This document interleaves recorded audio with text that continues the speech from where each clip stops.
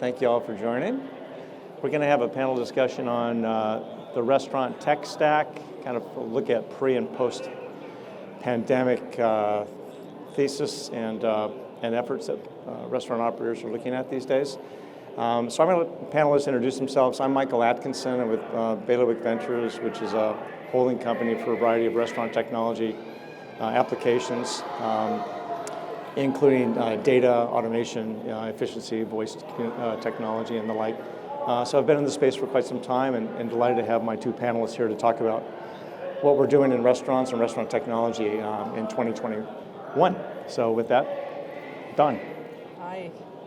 Everybody can hear me? Yes, I can hear myself now. Good morning. I am Dawn Gillis. I'm the Chief Technology Officer with Freebirds World Burrito. Really excited to sit here on this panel, have an extensive background in retail and the restaurant industry, and I'll hand it off to Pankaj. Hi. Good morning, everybody. My name is Pankaj Patra. I'm the Chief Information Officer for Brinker International. We have two major brands, Gillis and Maggiano's. I have been with the organization for a little over 20 years now and manage everything from a technology perspective. And thank you, Michael, for having us on the panel. Great. Well, thanks for joining. Really appreciate it. So we have a few slides. Do I have echo here? We have a few slides that we're just going to set up the panel discussion. Can you all hear me, or is it echoey? It's okay? Or just noisy? So there's like 3 or 4 slides that's going to set up what a tech stack is and why it's important. And we'll walk through it, and then we'll get into a discussion. So first of all, there's kind of 3 areas that we focus on, kind of dividing the tech stack into 3 components. There's legacy systems, which I think you all know. They're the older point-of-sale systems that provide non-cloud-based solutions. They're really on-site and on-premise. And then the all-in-one tech stack solution, which is something that's more bundled, that offers a variety of components, with the point-of-sale system at the center of their universe. What that does is it keeps you aligned and integrated and fully supported by some very powerful technologies. And the third, almost a contrarian approach, is an open source tech stack where the point of sale is not in the center of the universe. It's more centered by a data management system, often referred to as maybe a data lake. And so those 3 systems give us some ideas into where this is going. And we have 2 diagrams here. One is references the all-in-one solution, again, where the point of sale is surrounded by the core systems of record, the workforce systems, your financial systems, IT systems, financial systems. And the difference is pretty obvious. On the open source side, data is the center. In that center is the data warehouse configuration or a data lake, and around that, in a concentric circle, could be your data management system, a visualization layer, where all data, not just transaction data, but all data, your customer data and your operating data are centralized, so they can be optimized. So this is an example of a all-in-one tech stack, which is bundled together, including payment processing, QR code menus, point of sale, light analytics modules, things of that nature. And an example of what an unbundled solution would be is kind of the same methodology. Everything still integrates. You have the ability to control your data stack, which is the primary difference. A vendor-controlled tech stack versus an operator-controlled tech stack. In this example, it really shows the flow of integrations coming into a data center that includes the point of sale, and includes your operating systems, it includes your third-party delivery apps, things of that nature. So this is kind of a different approach to how it looks, and it can get very confusing. We all know and love this image by Britta Rosenheim, who puts this together every year.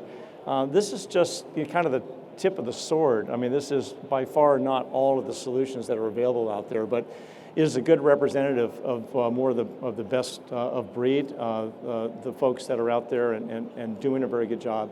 So it's really difficult to choose. I mean, if you look at that one section where it cites point of sale, that's just a section for point of sale solutions that are a combination of legacy as well as cloud-based. But it's a big, big landscape and getting more exciting. But look at the other sections there in this pie chart. There's lots of different tools and utilities and systems that you can add to your tech stack. And I think that's what this really talks about is how do you build your tech stack? What worked in 2019 and before? What's working now? And how do you look at building the tech stack and owning your tech stack and remaining nimble in the future? And that's pretty much why we're here is to talk about what you're doing now and where it's going. So post-COVID, what's best for you?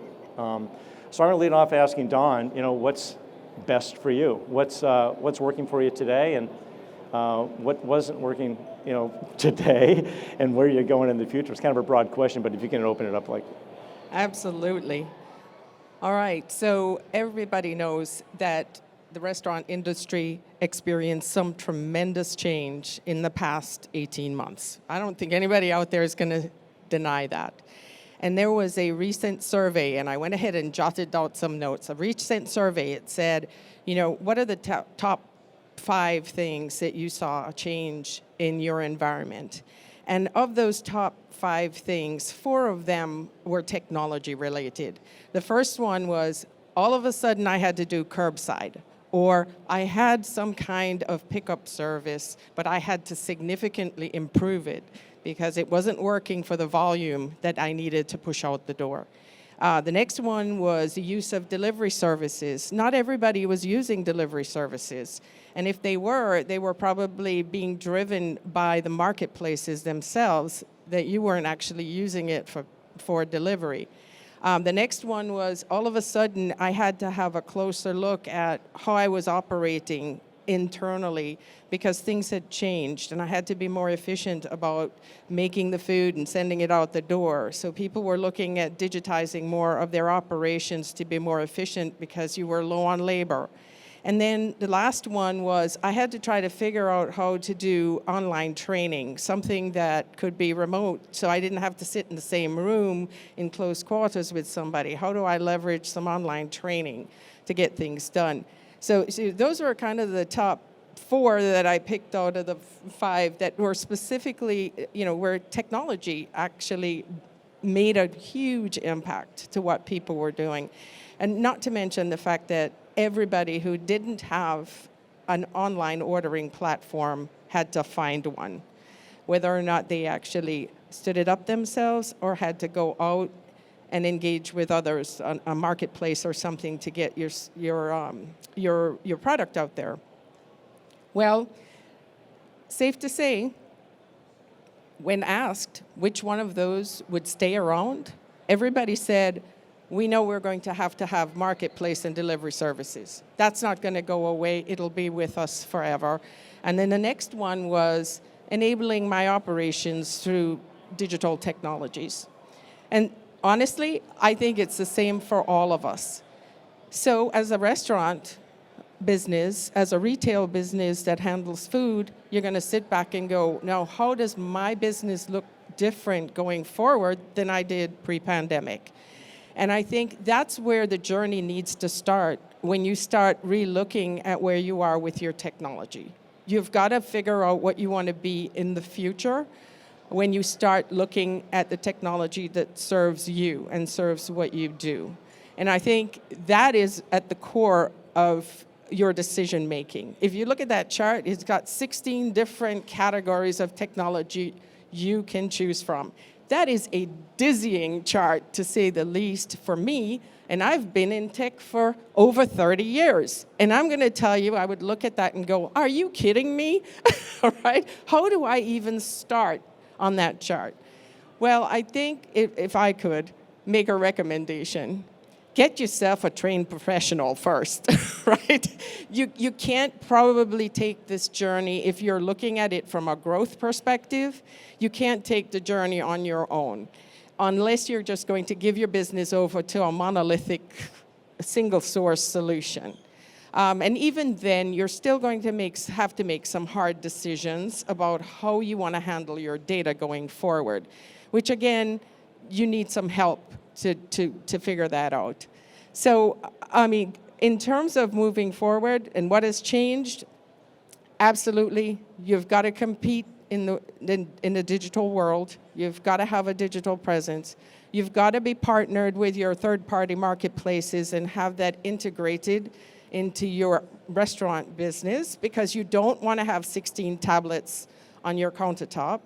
And you've got to do a better job of handling data. So that's going to help you figure out how to operate more effectively, where your customers' likes and dislikes are going, and how you get to change as a business to grow. Thanks for that, Dawn. So Pankaj, following up on that is like, what's essential these days? Because there's a lot of dialogue around how big can my stack be relative to my business, and how can I afford that? But there's essentials, and then there's essentials plus, and there's essentials superstar, however you want to classify it. You operate multiple brands, and that's got to be even more challenging. So what's essential in your mind for each of your brands, and how do you judge which tools are right for you? Yeah, it's a great question. I think from an essentials perspective, I think I would flip that question and look at like what. So when we look at our business, we look at it from two aspects, like from a guest perspective and from a team member perspective.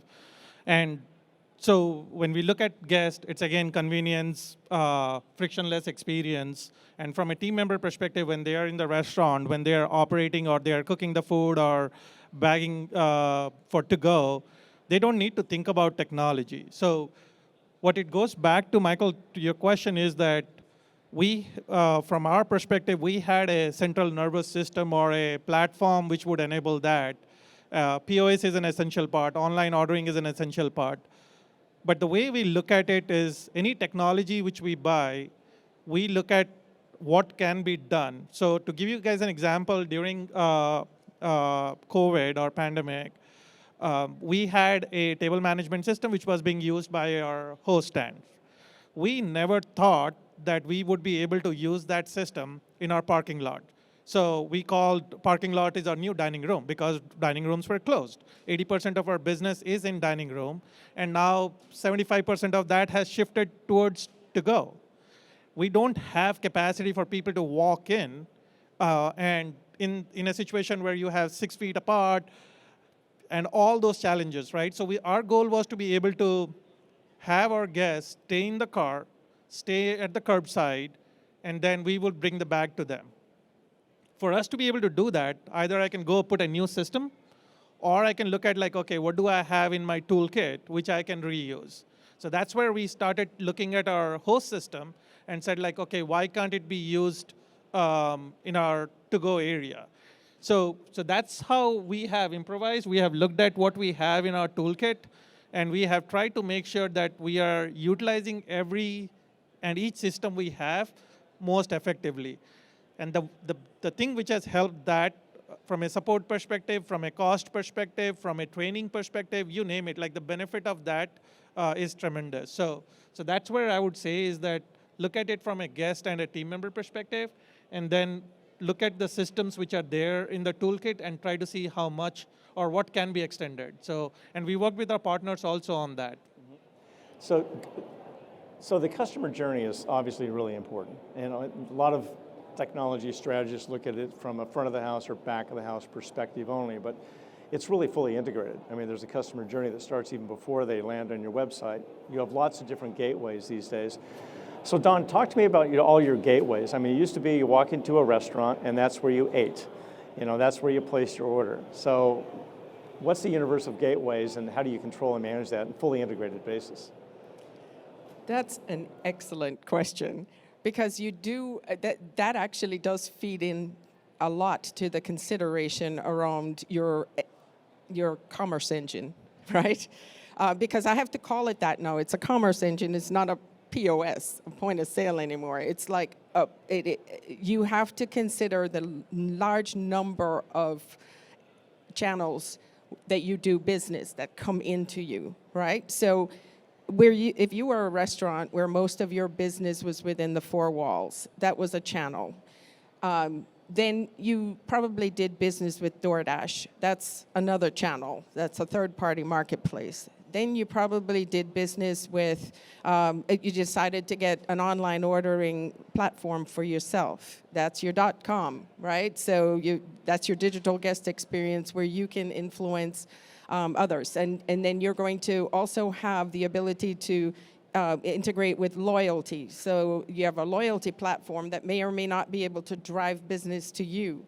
And it goes on, the list goes on. There's so many other channels. Catering, those of you who actually wanted to do catering, you've got the catering marketplaces that are driving sales for your organization.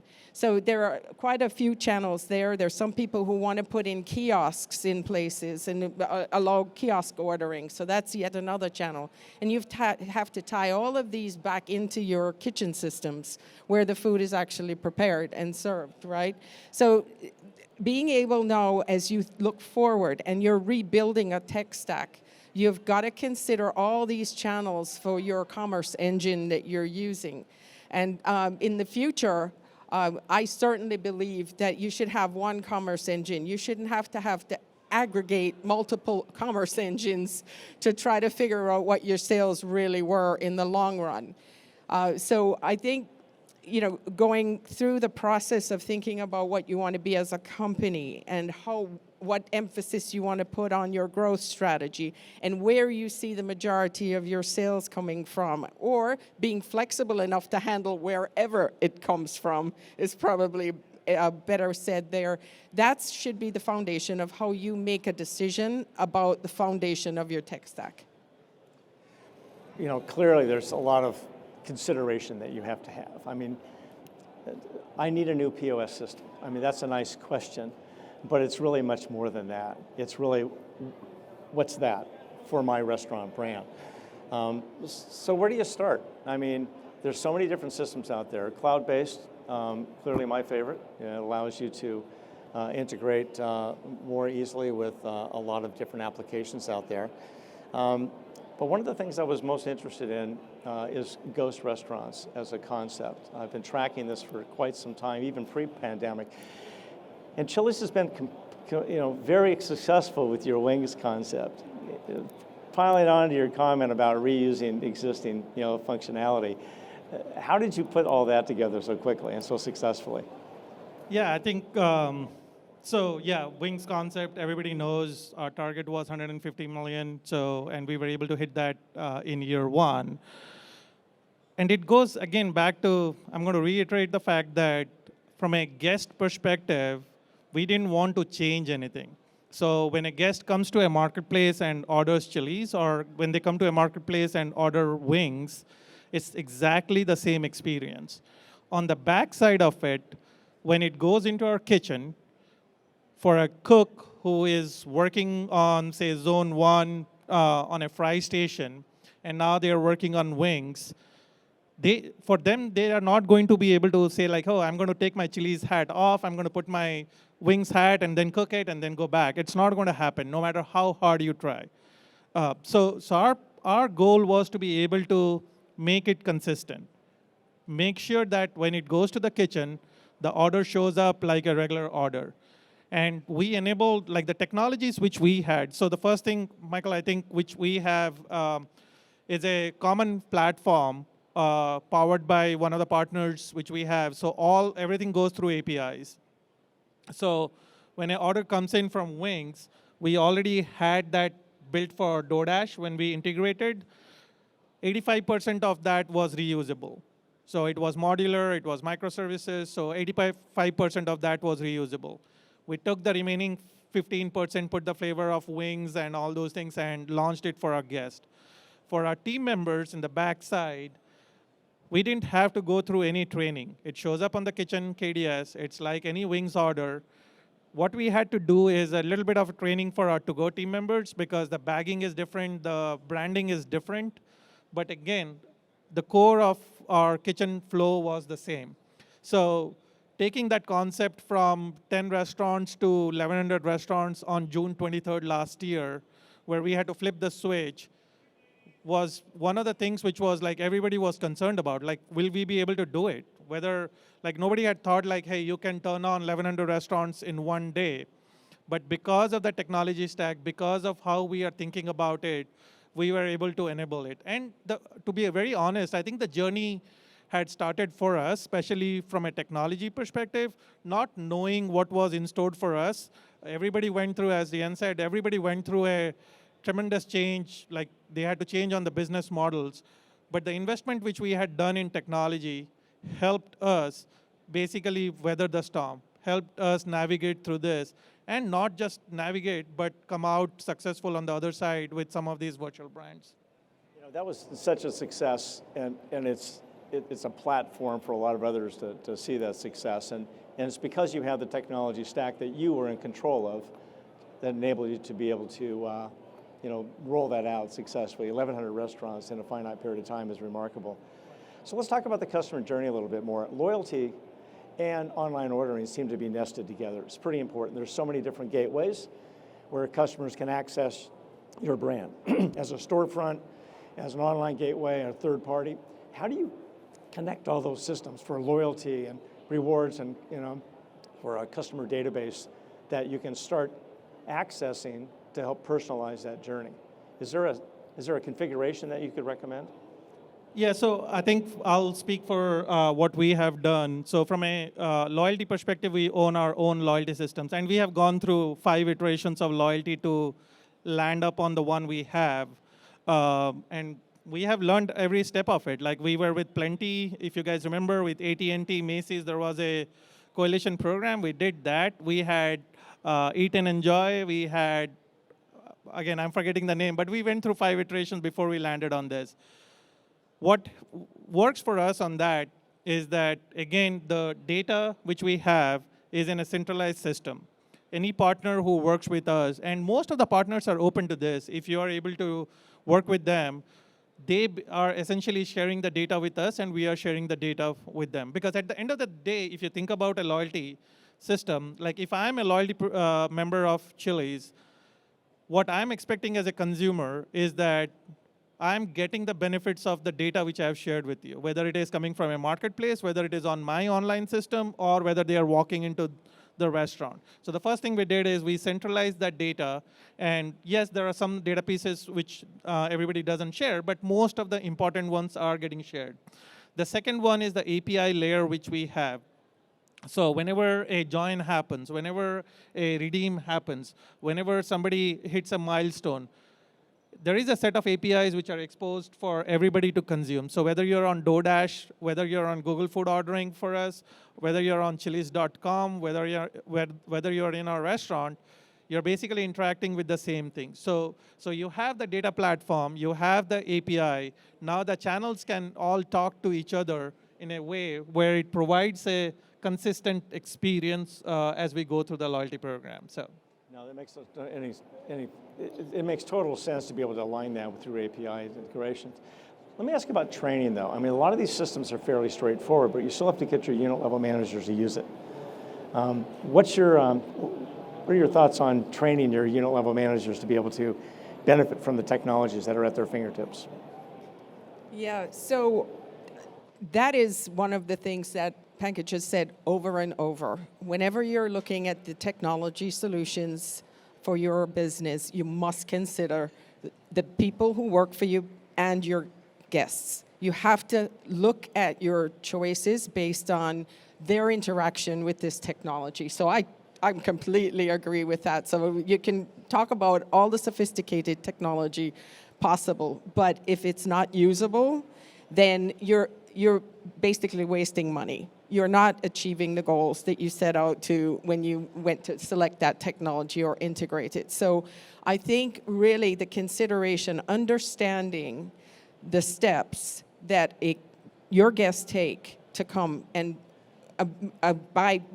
basically do business with you, to purchase your food, understanding the journey it takes for your staff members to actually go through the day and prepare food and deliver it and understand what the obstacles are. Those are key pieces of information to have as you assess what solutions it is that you're going to develop. It is very important. And when you do select the technology, it is important that it's intuitive enough, but that you can create reference areas, reference points for them to go should they have difficulty navigating whatever technology they're using. So there is a lot in the online training space that allows you to give real-time tips and hints to anybody using your tech, and you should definitely do a lot of research on that one. But you also should have a fully robust change management program, something that can actually address the key points that you need to communicate over to your guests when you change something or over to your staff. And never forget to tell your staff what it is you're changing with the digital technology you're building for the guest. Because guess what? Especially if you're in four walls, they're going to be your first line of support for your online ordering platform. When they show up in the restaurant and they've placed an online order and something's wrong, the first thing they're going to do is go to your staff member and ask them, hey, I couldn't put in my rewards code, or it didn't give me the receipt, the information that I thought it would. They're your first line. So you never forget to make sure your staff understands the changes that you're making for the digital online order platform. Makes total sense. So one of the conversations I was having with Rob over at IFBTA yesterday was about the staffing challenges. I mean, we all know that. This isn't a surprise. It was hard before the pandemic, and it's more challenging now. It seems like productivity software would be on the tip of your sword here. You want to make your line staff, your managers, much more productive with fewer steps. Is there any technology, not necessarily the brand, but the type of technology that you're finding that is making your restaurant managers more productive, more efficient, saving time? Saving money is always nice to have, but saving time in a restaurant that's always behind the curve seems to be really important. Productivity software. Yeah, so what we have done as a part of this whole process is what we call digitization of back office. There are a lot of steps which a manager takes as they go through the process of a daily, whether it's inventory, whether it is doing line checks, whether it is doing scheduling and all those things. So what we have done is, as a part of this whole process, is to see how much can we digitize. So if you think about, I'll give you a small example. What we did is when they do a inventory check-in, they calculate the part, they calculate how much is left and all those things. It's a simple math. They used to do it for probably last 40 years, and nobody had asked us to like, hey, can you automate that, right? And we did a productivity study on that. Like we had some folks from our home office go and look at it. So they were spending so they were on a typical Chili's, you have close to 380 items which they check in. And it used to take them like hour and a half, 2 hours every Tuesday and Thursday when they will do that. So we basically put in a simple system, and we use Menulink, and Menulink gives us some capabilities, but we put that system, and it then and there cut down like 2 hours of their daily Tuesday and Thursday work, which helped them a lot. So I would say, like, as you look at the staffing challenges, and there are areas where, like, again, we had to shut down our restaurants because we didn't have people to in the dining room, people in to-go area. But we are also looking at, like, okay, what are the non-essential, non-productive work which we can take from our managers, our team members, and automate that. And we have been in that journey for the last, I would say, Michael, for the last 12 months. And again, it is a journey, so we are continuing on that. The other aspect I would say, which we have also done, is the kitchen system which we have, which is QSR KDS system. There is a lot of capabilities which are there as a part of that. It goes back to my previous comment. We had never looked at that system in a way we are looking at that system today because of being challenged, right? So we have taken that system. We have tried to enable training on that because it has some digital capabilities. We have also looked at that system to alert them when the restaurant needs to be clean and all those things. So it just continuing to look at these systems with the existing systems to see how we can improve the life of our operators as we go through this. That's such a good thing. I mean, Don, are you doing this, pretty much the same thing? I look at culture these days. I mean, if I was an operator again, which I'm not now, I'd want to do everything I can to make my manager's job easier in some way, okay? There's a lot of pain points being a restaurant manager. It's a very, very full job. But if you can make their job easier, less of a burden, not burnout, I think you could maintain the relationship longer and have less turnover at the management level. And I think we all know that longer tenure in managers means more successful restaurants. What are you doing to improve culture using technology? Yeah, I think it's not so much culture. I think you can get happy people if you give them tools to do their job in a more efficient manner. I think that's where the culture part comes in. But honestly, I took the opportunity to spend 3 days going through Freebirds training. So I went in and I washed the dishes and I mopped the floors and I did inventory and I made the guacamole and the queso. And honestly, I would say there's quite a bit, especially at a restaurant our size, which is 56 locations. At a restaurant our size, and we have a lot of opportunity in optimizing the back of house activities. Things like inventory scanning. So when the boxes get delivered, wouldn't it be great if you could scan the boxes and it automatically tells you, because you know what you ordered, right? You know what's in the boxes. It automatically then populated your inventory. And so you would be able to unpack the boxes, and then once you prepare the different dishes, that you're able to scan where they are. So we make, the queso in containers, right? Scan those containers. Say, okay, out of that particular box or those chunks of cheese, I now have 3 trays of queso that I've made out of it, and you just scan it and that would help you with the yields and actuals. And the key here is getting technologies that are scanner-based that will allow you to easily basically count inventory coming in, and then also in the conversion for what you're actually is sellable items and usage.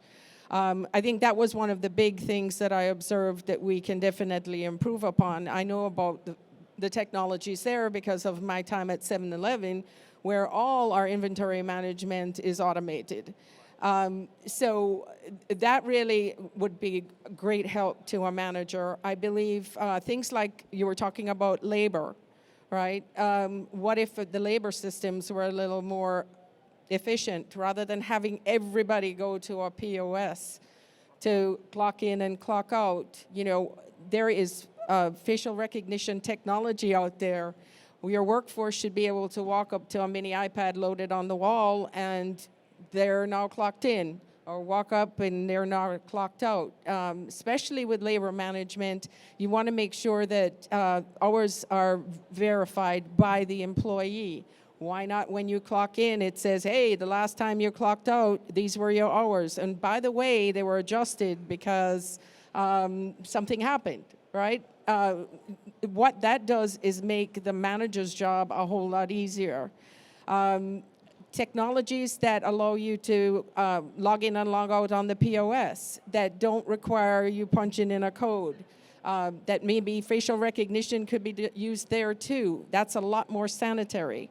It allows for more effective use of the equipment and much more productive that way.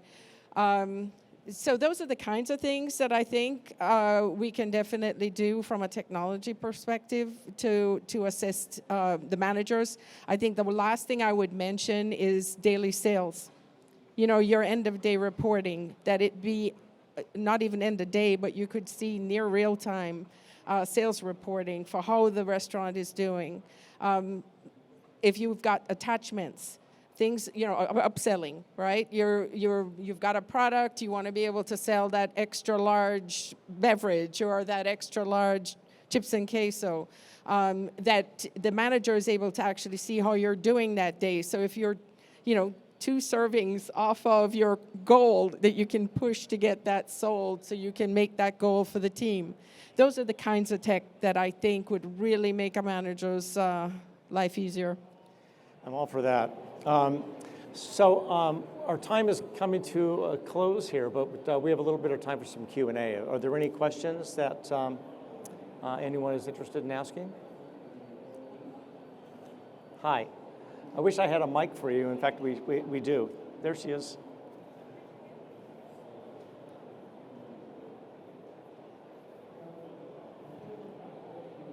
Thank you. Thanks so much for being with us this morning. My question is, we're getting ready to roll out a loyalty program. We're a one-unit operation, but high volume. What are some things that you would specifically say are wins with the loyalty program as far as these are the must-haves when you're considering it?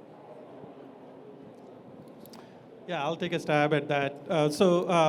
If you think about loyalty program, I think the first thing is, again, as we said, data, right? Like for a consumer, keep it simple. Make sure that you guys are giving them what they need. So for example, when somebody joins a program, if you're sending an email, consistency on that is much more important than what other capabilities you guys are adding. So I mentioned that I went through 5 loyalty programs before we landed on this. The reason is the moment we make it complex, you lose the guest, right? Keep it simple. Have at every checkpoint, like so the guest can know what they are doing, how much they are earning, what rewards they have or what offers they have and all those things. So my biggest thing would be is keep it simple. Keep it simple for the guest. I would concur. We spoke about that. Look at everything from the guest's perspective. And if nothing else, think about yourself. Think about the loyalty program that you're a member of, that you like the most and you use the most. And think about the elements that are part of that make you want to continue to be part of it. Very, very important. And remember, data is king. As you launch this program, make sure that you own that data and that if anything were to happen, that you continue to keep that data past whatever exit agreement you have. That is key. Otherwise, you start all over again. Anyone else? Nico?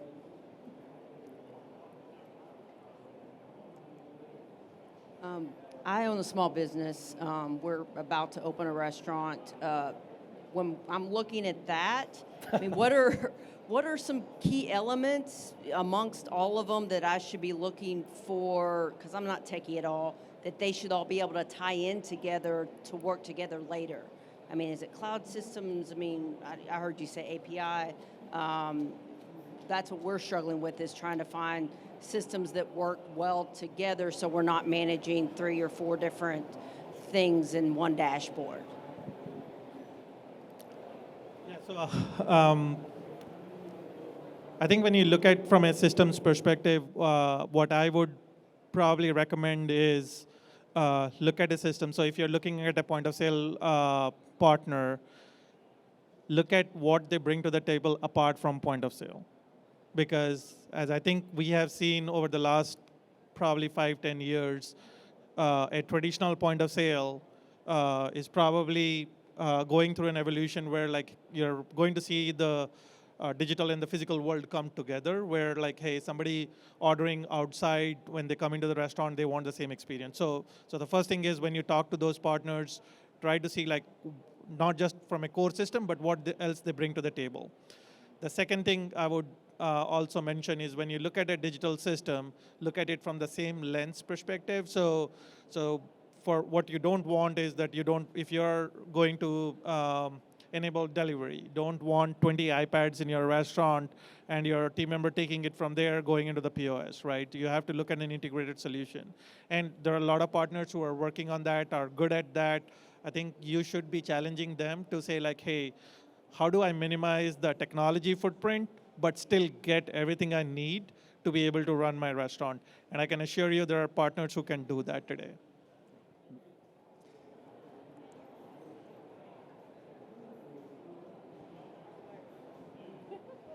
Did you break the microphone? Good morning.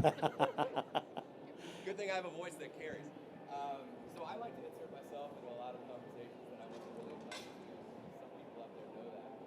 I would add to both of your questions to really Pankaj and Don's point to make sure that you have that data ownership, implementing loyalty platforms and embedded systems around, whether you choose a commerce platform or a POS or you choose whatever, all-in-one. Owning that data helps you when you replace pieces of that ecosystem. My question would be, where do you see machine learning? Where do you see machine learning in the future, today and in the future? We talk about it a lot. We talk about AI a lot. I always joke, there's really no AI in restaurants at all today. We like to use that acronym. It's not really real. It's really machine learning in some aspects, but where is it today? Where is it really providing value? Where is it going to continue? Where are those trends going? I can hop on that initially. So I'm full disclosure, I'm an investor in a company called VoiceStar, which is pioneering voice enabling restaurants, beginning with the back of the house. They do voice enabled inventory. You see it and say it, and you just count it through your app, and it renders the cost instantly and very quickly. There's other companies out there that do voice KPIs, where you can, whatever dashboard that you can see, you can vocalize it.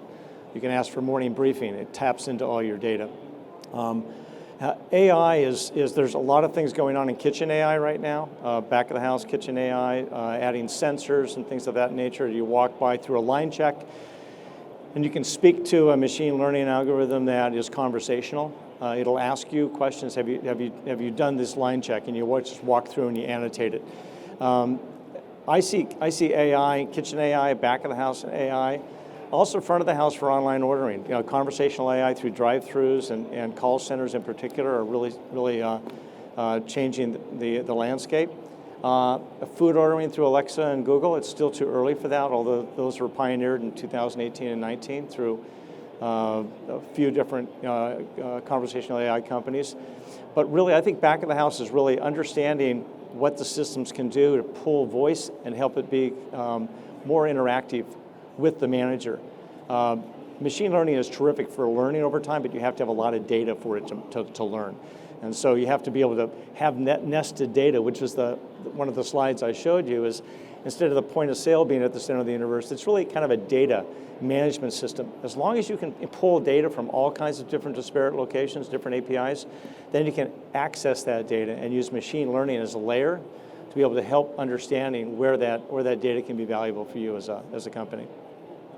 Yeah, and I would totally agree with what Michael said. Is I think the core of this whole thing is data. So we are on our journey on machine learning, and a couple of areas where we are using is forecasting, sales forecasting, because our labor scheduling works of our sales forecasting, our inventory works of our sales forecasting, and we had sales forecasting through Excel spreadsheet. Excel is the tool which we have been using, but now we are bringing machine learning to that, and the data which we are now able to churn through to be able to forecast more accurately, I would say is huge. Secondly, we are also using machine learning for kitchen wait time. So when you place an order, online order, how long would it take for you to be able to pick up the food?